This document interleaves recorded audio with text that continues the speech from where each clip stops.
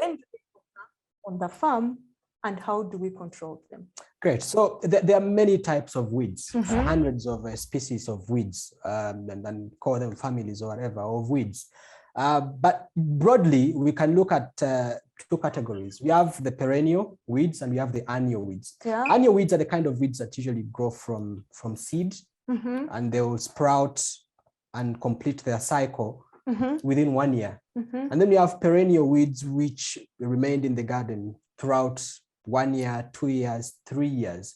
Perennial weeds tend to grow from, for example, creeping stems above ground, and then we also have below ground stems, sometimes called colons.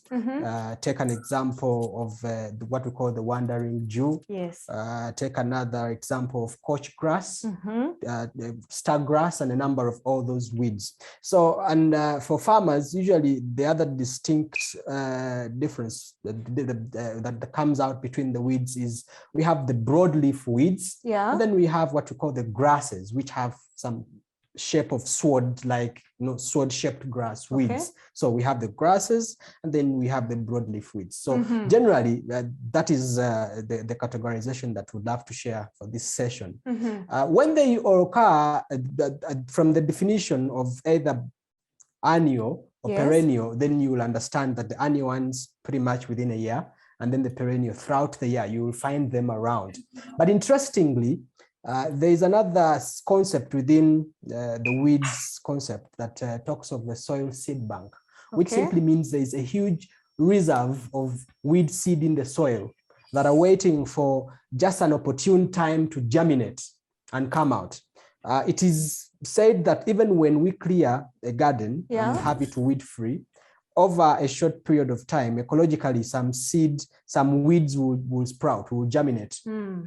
And there are proponents that support the existence of weeds that seem to say that there is a huge advantage. And this I want to say a little bit silently. There is a huge advantage that the weeds present to the ecosystem.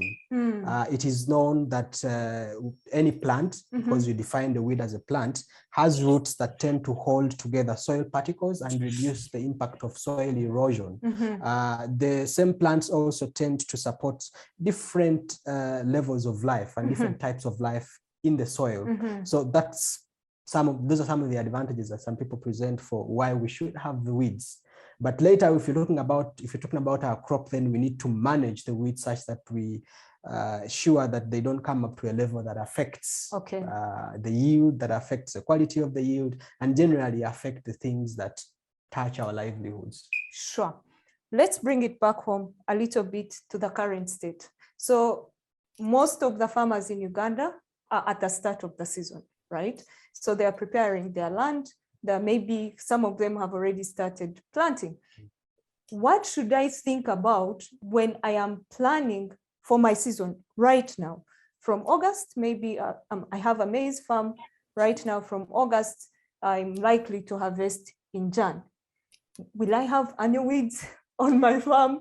Will I have perennial weeds? Will they be only at the beginning of the season? Will they be somewhere in the middle? What should I expect as a farmer planning this season? That's a great one. You're most likely going to have a mixture of both. Most likely, because they tend to happen in mixtures, save for situations where there has been severe intervention in terms of trying to control which ones exist. But in most cases, you'll have a mixture of weed populations. So it's very possible that a farmer will have both annual and perennial weeds at the same time. The most important thing is to identify which weeds are most dangerous to the crop that you're going to grow. We usually say it's very important to understand your enemy, because that gives you a lead in how to define strategy that will help you win over or get success on your side in trying to fight your enemy. So these weeds behave differently. And I want to share with you very briefly how the behavior of the weed will determine what you need to think about, especially when you get into a season. You've heard about weeds like striga. Yes. Striga is one of the most dangerous weeds when it comes to cereals. Kayongo. Yes. By the time you see striga up above the ground, it has already caused the effect. It germinates below ground, and by the time it comes up, it has already taken up whatever you want to save. Yeah. So knowing which type of weed is very important to understand how best you're going to control it. The other example I want to bring to perspective is the kind of weeds that have below ground growing points, the stolons. These weeds tend to persist throughout the season and throughout the year. And several mechanisms that have been devised lately, including chemical control, which I think we'll be talking about shortly, tend not to deliver very effective results. So we advise that any farmer out there who's planning to establish a garden of whichever crop needs to think about totally controlling a certain weed type before you even establish your crop. And that is very, very important. A few other weeds are quite easy to control. And we're going to be also talking about what we call the critical moment in weed control. When do the weeds affect yield? Because it doesn't mean that when you wake up today and you find weeds in your garden, you are already at risk. The yields are already gone. We know for sure that the most critical of the weed stages for whichever crop is a third of the life cycle of that crop. So if we have, for example, maize growing for 90 days, if 90 days is the maturity period of maize, then a third of the 90 days is the most critical stage at which we need to think about controlling the weeds, which means within 30 days, we must ensure that we have controlled all the weeds, because if the weeds are up by 30 days since the planting, the sowing of seed, then they will certainly affect the yield. If you come to control the weeds after the 30 days, you're pretty much doing nothing. I usually tell people it's equivalent to hunting down a bee that has stung you. Stung you already. It's done. Yeah. So ladies and gentlemen, you just heard it from the expert's mouth. The first 30 days of your season are very critical. For maize, for example. For maize, for example. For the other crops, you calculate a third of the life cycle of that crop. So let's say, so we're talking about maize, so that maybe could present even other cereals, or let's say a third of the life cycle of the crop. Yes. Let's talk about the perennial crops, the likes of coffee. Will you also look at a third of that season for the coffee? Could you? For the perennial crops, it becomes tough because then we don't look at the yield alone. We look at so many other aspects. We talked about the reservation of a disease and the harboring of insect pests. For perennial crops, we're looking at almost all those. And the beauty is that perennial crops also tend to be quite competitive. It is hard for weeds, for example, to compete very favorably with coffee. Coffee being a very heavy feeder. And we have so many other mechanisms that we can then employ to control weeds in such crops. So we are looking at mostly annual crops. We're looking at onions, we're looking at other vegetables, we're looking at also cereals. Yes. So for example, onions, we're looking at a period of about 40 days from sowing. For other crops like tomatoes, then we're also looking at about 30 days. For beans and groundnuts and soybean, it's also roughly around 30 days. I don't know whether everyone is having an information overload like I'm having, but very interesting stuff. Solomon, all these things that you're saying are very key, and we need people to understand them properly, because again, at Ezy Agric, we believe it's not about you spending your money to buy the herbicide, but it's about you knowing, how do I use this herbicide? All this information that Solomon is talking about, at what point is it very, very critical for me to apply this herbicide? One takeaway for me so far is that a third of the life cycle of each crop is very sensitive. It's the most sensitive part of the crop cycle. So the good thing that I'll tell you is all this information that Solomon is talking about, you can also access this at the palm of your hands from our Ezy Agric app from the Farm Manager. So if you're to get the Farm Manager, when we talk about the Farm Manager, it's a module on Ezy Agric that gives you timely information. So you don't have to get stuck on your farm to know that, okay, how do I get this farm manager? How do I call Solomon?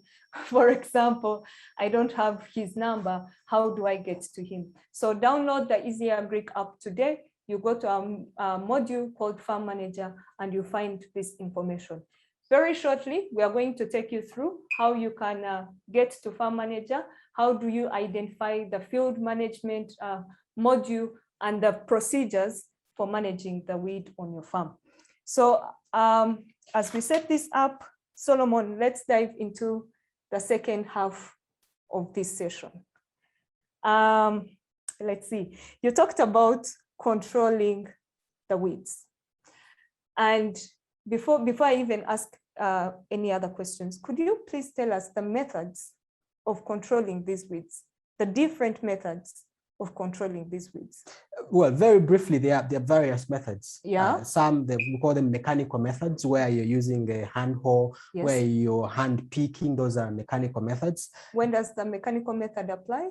You can use mechanical method pretty much at any stage. Okay. But what determines whether the mechanical method is the most effective or efficient way of controlling weeds is scale. Mm-hmm. It's very hard to go mechanical on a very large scale, even when you're using heavy machinery, because then you are getting into other detrimental aspects of heavy machinery, for example, compaction of land. Mm-hmm. But mechanical, like hand picking, you can comfortably do that in our backyard gardens, in our nursery beds.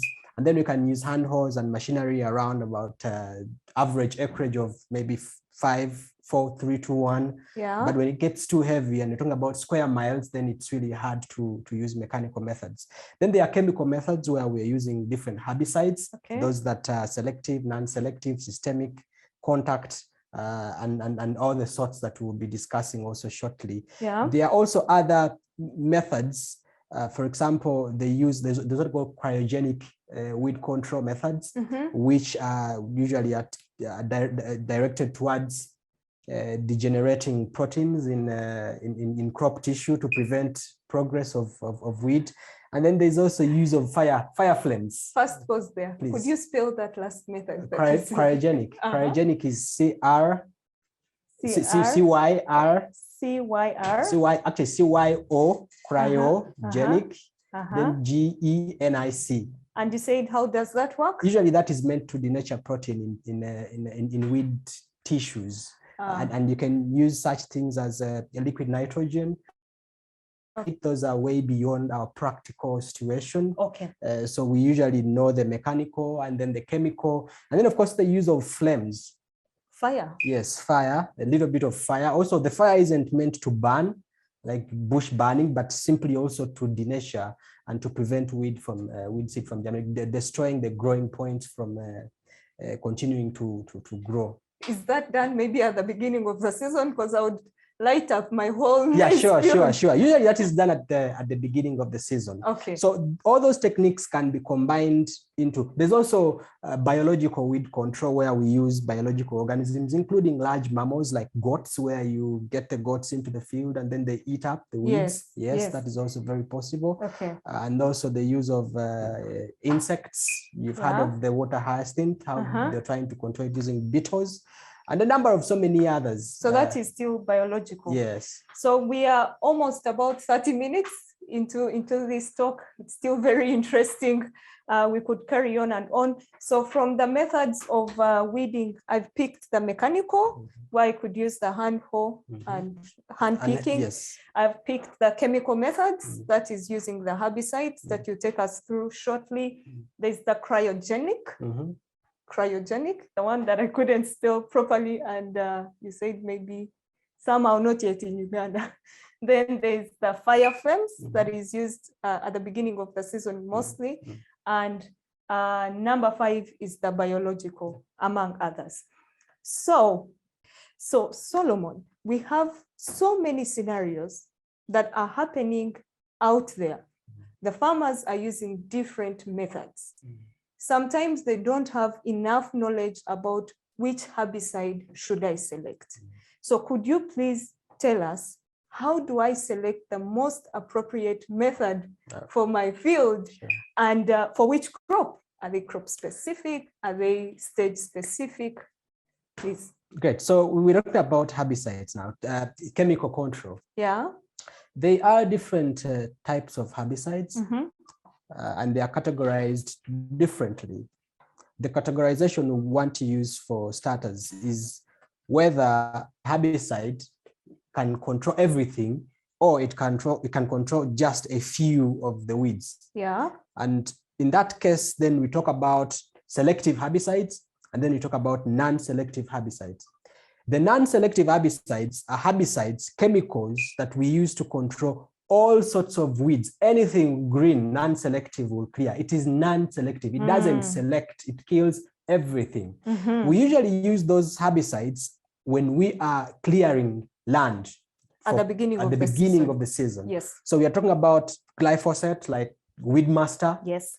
And with the non-selective ones, there's also another categorization which we'll speak to very briefly. Okay. In the non-selective category, we also have what we call contact herbicides and then systemic herbicides.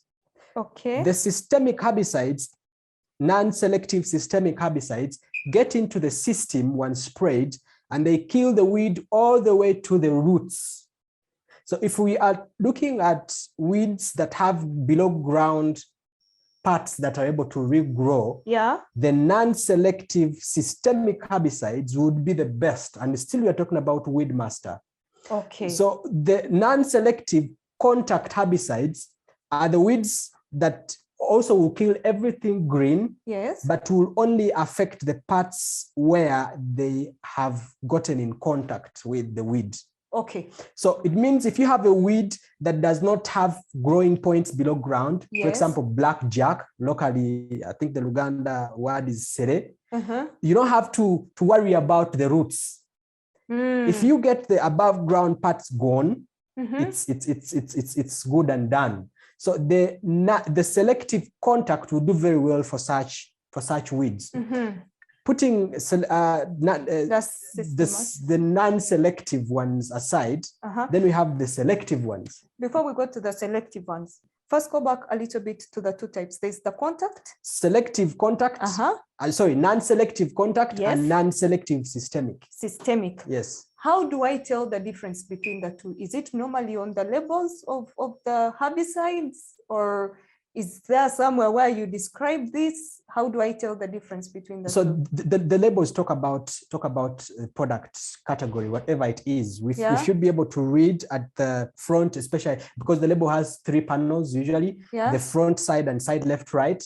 The front part usually should define for us whether the herbicide is non-selective systemic or non-selective contact. Okay. Let's carry on to the selective. To the selective ones, then we are talking about herbicides that only kill some weeds and don't affect the others. Okay. So they select what they kill. Such herbicides are mostly used to control either weeds that exist as a single population or weeds that are existing in another crop in a way of trying to manage them in that crop, what we call weeding. Okay. So they are the ones we use in weed management when a crop is growing during its cycle. So these herbicides either, for example, can kill broadleaf weeds and do not affect grasses. The example is 2,4-D. Okay. Or can kill a number of weeds and not affect a certain crop. The example is if we have a herbicide like metrazine, which is selective, it can kill all the other weeds but not affect the maize. Yes.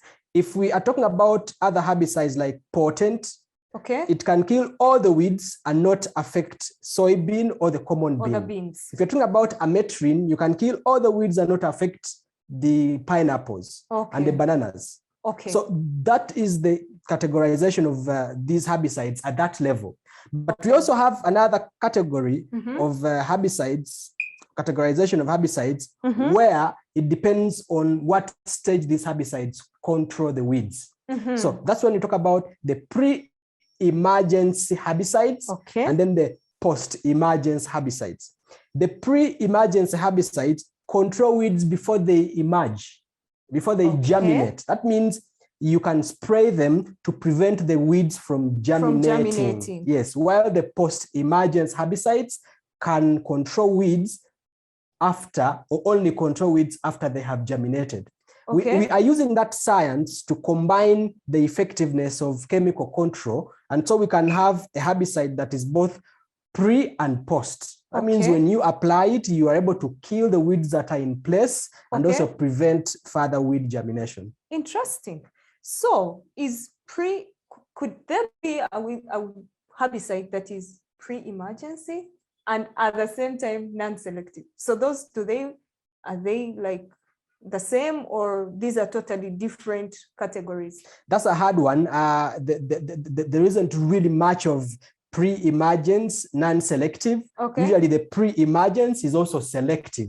We're looking at products like Butacla in Butanil S, which you spray and you are only able to deal with weed seed. You see, the weeds that germinate with seed, the annual weeds we talked about. Yes, so if you have other weeds like coach grass, elephant grass, stag grass, whichever, you may not effectively control such weeds with pre-emergency herbicides. Interesting. Yes. Interesting.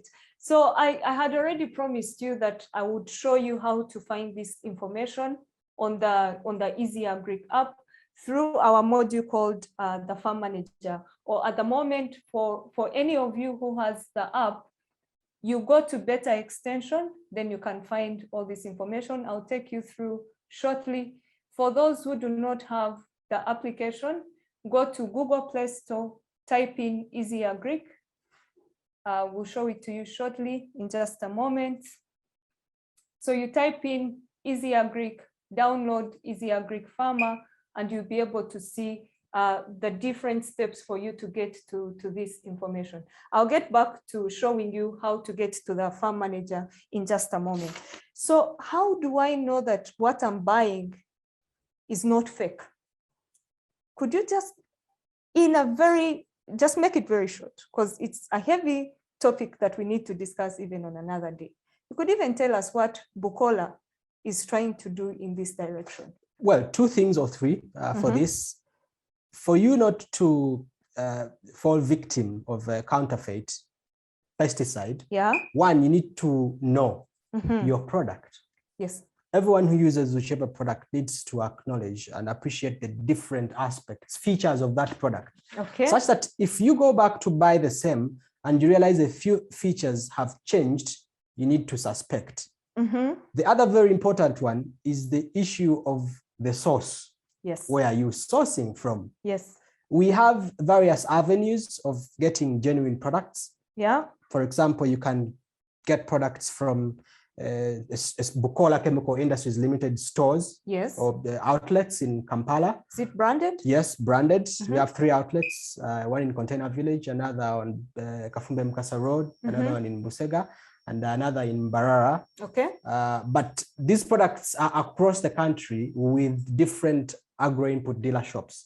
So check with your trusted agro input dealer for a genuine product, or use means such as now the online way of accessing genuine products. If you are wherever you are in the country with Ezy Agric, you can be certain that you're going to be sourcing a genuine product. So very briefly, I think that's what I would love to share about whether fake or counterfeit. But again, if you have any issues, if you've used a product that you suspect to be counterfeit, you can call us on 0800 300 803 for further assistance. Sure, we'll spell out that number for you. So Solomon says, make sure you source your inputs from a trusted source. And the reason why we brought you today is, apart from identifying a herbicide to know whether it is fake or genuine, you need to know how to apply it. You need to know how to use it, so that you don't think inputs from the Agric and they were fake, yet you didn't understand how to use them.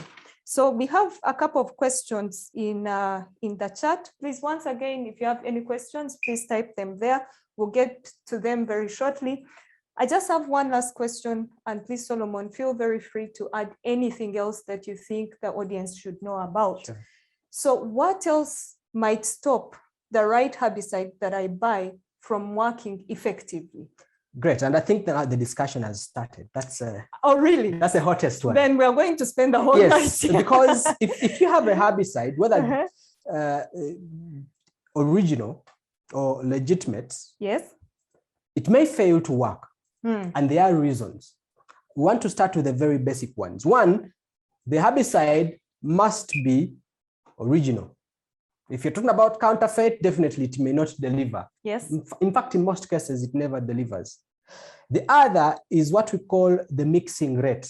Yes. You see, herbicides are like medicine. Yeah. If you're supposed to swallow 4 tablets and you swallow only 1, chances are you will not heal from whatever ails you. So if a herbicide has a mixing rate of, for example, 200 ml in 20 liters, and you mix 50 ml in 20 liters, it will not deliver. In fact, there are cases where some herbicides, when mixed in very low doses, act as growth regulators. For example, if 2,4-D is used in very low rates, it instead encourages growth, what we call callus development. Wow. So the mixing rate, very important. So you may have gotten the right herbicide, mixed it well, and now the application. Yes. So there's also what we call the application rate. Okay. And allow me to use the example of poison.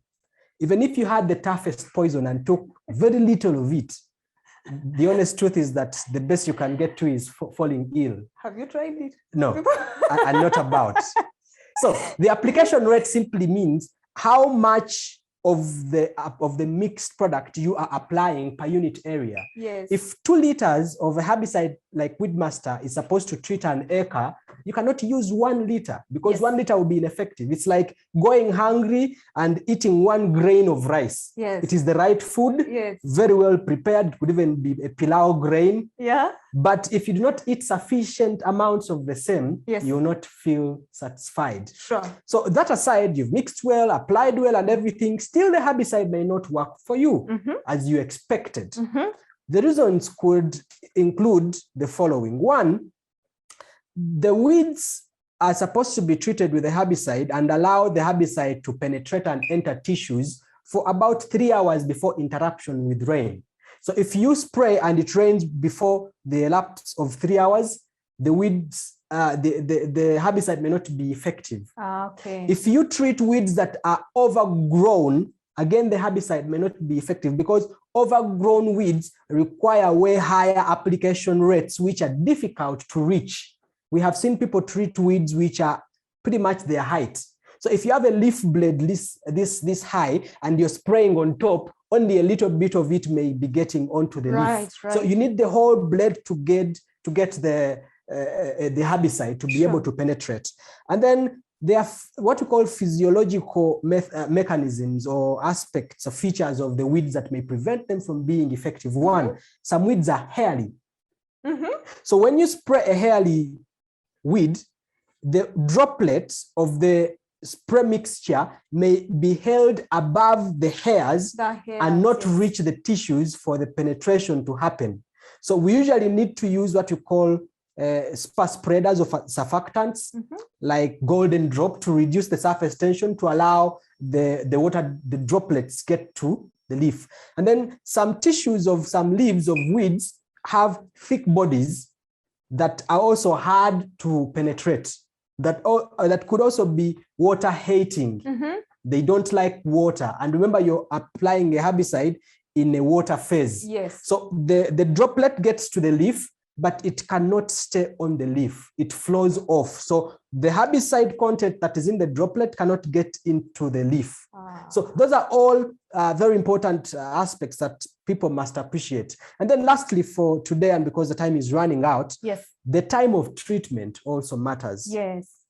The weeds treated when they are too old are not effectively controlled because some of them switch off mechanisms that translocate. For example, during the hot days, during the dry season, some weeds tend to dry on their own. And when you spray them, the dead tissue cannot conduct the systemic herbicide to go to the roots. So the roots remain intact and the growing points can be able to grow. I said that was last, but there's one last one. Okay. Now, this is the real last one. Please go ahead. The issue of dew. Okay. You see, the morning water that is on the leaves. Yeah. It has an effect of diluting the herbicide. Some people may think it is too small, but remember, it is a droplet against a droplet. So it's like it's like mixed twice, 100% dilution. Yes. So that affects the effectiveness of the herbicides that anyone has applied. And ladies and gentlemen, those could be some of the reasons. There are so many others, but for today, those could be some of the reasons why your effective herbicide different times may not work as you expect. This is very interesting. I like the passion with which you talk about all these things that might not make my herbicide be effective. We have captured a good number of them. Thank you so much, Solomon. I think this is really very informative. I had promised you that I would still show you how to get to this information on the Ezy Agric app. So we are going to go there shortly. But still, I've seen a couple of questions in the chat. Someone was saying this would have been good in a PowerPoint presentation. Trust me, we are going to really give you this video. I think sometimes things are better explained by a video. You could see the way he was explaining to you how you might spend your money, but the herbicide is actually not effective. So let me show you how you can get all this information through the Ezy Agric app. Once again, for those who do not have the application, go to Google Play Store, type in Ezy Agric. What you're seeing here, EZY Agric. Type in Ezy Agric and download Ezy Agric Farmer. So when you get into the Ezy Agric app, you're going to go directly to what we call beta extension. Click on beta extension. Let's get there. Click on beta extension. From beta extension, select crop management. After you have selected crop management, select a crop of your choice whose weeds you want to control. Let's show the screen for selecting a crop of your choice. Yes, there we are. Once you've selected a crop of your choice, scroll down and select field management. So you can see field management circled out for you, highlighted. So you select field management, and under field management, you see all the right ways how you can control your weeds. So this is how you get onto the app and you find all this information. And we'll be adding these short videos very soon for you to get the feel and to get the way Solomon passionately presents this to you. Please, if you have any questions, get back to us. Now, I think we should go into answering some of the questions. We've had a good time where you've given us a lot of information. I think we are going to call you the weed doctor. I don't know whether it will even be only the weed doctor or the crop protection doctor, but this has been very interesting. So I'll just go through very fast. There's someone who says this is Esther Nakato. Also, weeds can be alternative hosts for crop diseases beside harboring insect vectors. Yeah, that we talked about. Sure. Then let's see. Someone is asking, Abraham Moses Kabunga. He's asking, how can I get rid of tree trunks without uprooting them and using chemicals? Which chemical would you recommend and how do I apply them? There's a chemical called, a product called Pico. The active ingredient is picloram. Pico, could you spell that? P-I-K-O. P-I-K-O. So okay. That's a product that works on woody plants, especially trees and stumps and whichever that is woody really. Okay. And the treatment really varies. We can treat by injecting the chemical into the tissues of the plant. Like real injecting? Yes. Mm-hmm. Or else we can treat by injuring the trunk mm-hmm. around and then treating within the trunk. Okay. And for the stumps, we sometimes just paint. They call it paint because it's a suspension concentrate. It looks like paint. So you can paint it on the surface to prevent regrowth. Okay. So once the regrowth can no longer happen, naturally the stump will degenerate. Okay. So Moses, I hope you had your answer.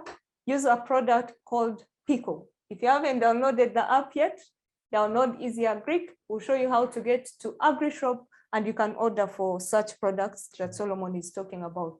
You can also leave your number in the chat, Moses, so that we can get back to you in case you need any further help on the application. I'll go very quickly to the other question. Interesting question. So is Weedmaster systemic or it's a contact herbicide? Weedmaster is non-selective systemic. Non-selective systemic. So it kills everything and way to the roots. Everything and everything. Yes. Okay. Then I have another question here. I am a eucalyptus farmer. So she asked, no, it's a he, Robert Semakula. I am a eucalyptus farmer. Which Weedmaster is more effective on my forest floor? I think he meant my forest floor. Clear. Is it liquid or granular, and why? So we have revolutionized the control of weeds in eucalyptus and forestry establishments, and Weedmaster is not one of those that we would recommend for use in those establishments. However,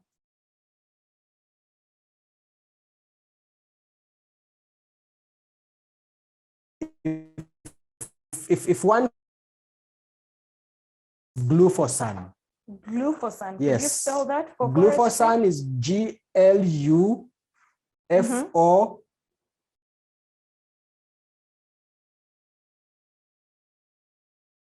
Or SUN, glufosan. Okay. So that would be the best for control of weeds in forestry and all crops that are spaced very widely, especially bananas and orchards. So we're looking at orange and a few other fruit trees. Okay, so widely spread crops. Yes. Okay, so use glufosan for your forestry.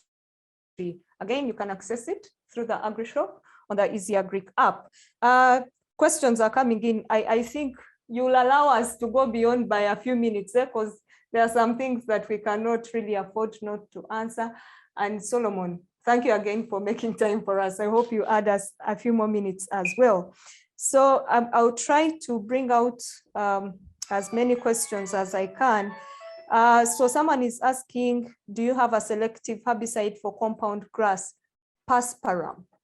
So usually Postemergence is going to be affected by a number of weeds, but the ones that you can control when the Postemergence is already established are broadleaf weeds, and you can use 2,4-D to do that. Okay. Now, because we want you to control weeds like a pro, what we need you to appreciate is you must be able to control the very stubborn weeds that are going to disturb you all the way before you establish whatever permanent establishment you've got to do. Right. So if you're going to do Postemergence, for example, you must control all the other grass species within that area and ensure that they are well undone before you introduce your other grass, because Postemergence is also grass. Right. Now, because we use selective herbicides, anything that looks like Postemergence will not go. Yes. So that's the very tough situation where we are. So control before you actually get there. Okay, good. Let's see. When is it economical to control or when not to control weeds? Perfect. That's a very good question. We talked about the critical stage. I was about to answer that question. So the most critical to control is when you, about 10 days when you are approaching the critical stage, which is a third of the life cycle of that crop from sowing. Yes. It means when you have established, for example, your maize, and it has come up, and the first week, a few weeds are growing up, don't be too quick to apply. Because you will apply, the weeds will die and more will germinate. Right. 2 months into, more weeds will germinate. So you realize the need to over weed. Wait until, you see, weeds growing at that stage will not affect the yield. The yield begins to be affected at a third of the cycle of that crop. Interesting. Yes. Interesting. And remember, Solomon says, do not look at using the herbicide when your crop is at this level. Let's avoid reaching to that stage because it remains on the top and doesn't get to to the whole part of the weed, right? Okay, so one last question that we have is kindly comment about mixing herbicides with fertilizers like urea. Does this affect the efficiency of either the herbicide or the fertilizer? Good. Mixing herbicides with the fertilizers like urea, we don't recommend. It does not affect the efficiency of the herbicide, but it's a waste. Because the target of the fertilizer should be the crop. And the target of the herbicide should be the weed. So if you're mixing the two, how do you determine what goes where it is actually wanted? Yes. So you're going to end up spraying the weed with the fertilizer, and are you trying to give it nutrition, yet you're trying to kill it? So it's a waste. Sometimes people do that because when fertilizer is mixed at rates that higher than recommended, it also becomes toxic. We call it phytotoxicity. So urea alone, when mixed in concentrations that are too high, can burn. So sometimes that gives people way quicker results from the phytotoxicity of the fertilizer as opposed to the effectiveness of the herbicide. Right, yes. right. Interesting. So it's a no. No.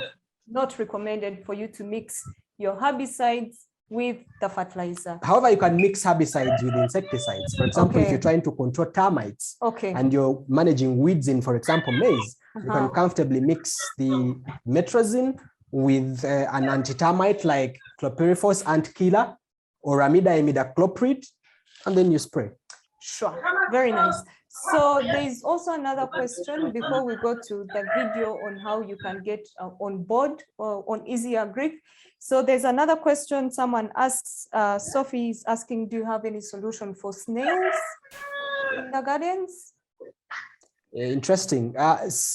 For starters, we are looking at the weeds and we want to weed like pro, but allow me give Sophie an opportunity to appreciate just one last thing about snails. And this is an organic way of control of snails. Yes. Trap the snails. Did you know that snails love beer?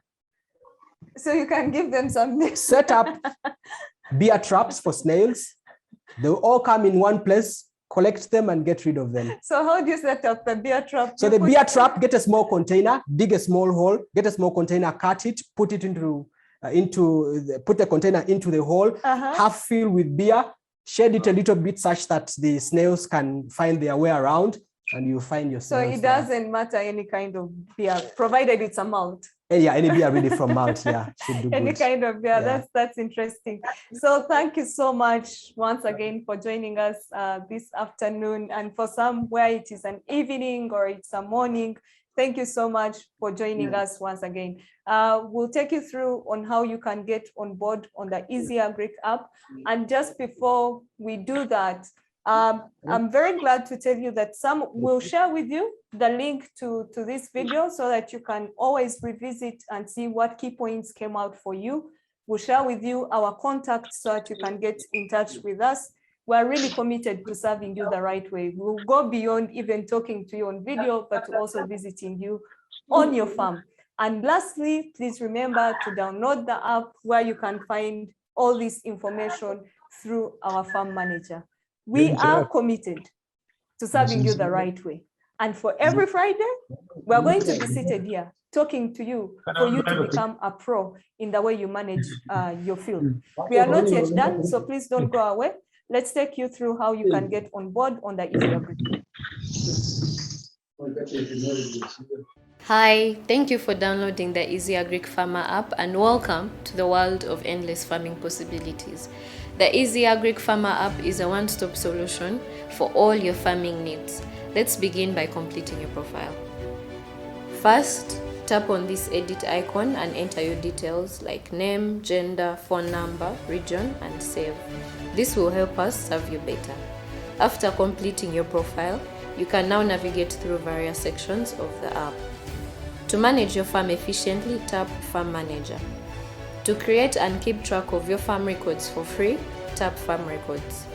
To create farm plans to enable you cultivate better and more efficiently, click on Farm Plan. To know the actual land acreage of your farm, tap Mapped Gardens. To buy genuine agro inputs at the best prices from all your desired suppliers, tap Agric Shop, go ahead and search for what you need, select buy and complete the purchase. And to get helpful and crop-specific agronomical advice on farming or to chat directly with our expert agronomists, tap Beta Extension. Thank you and happy farming.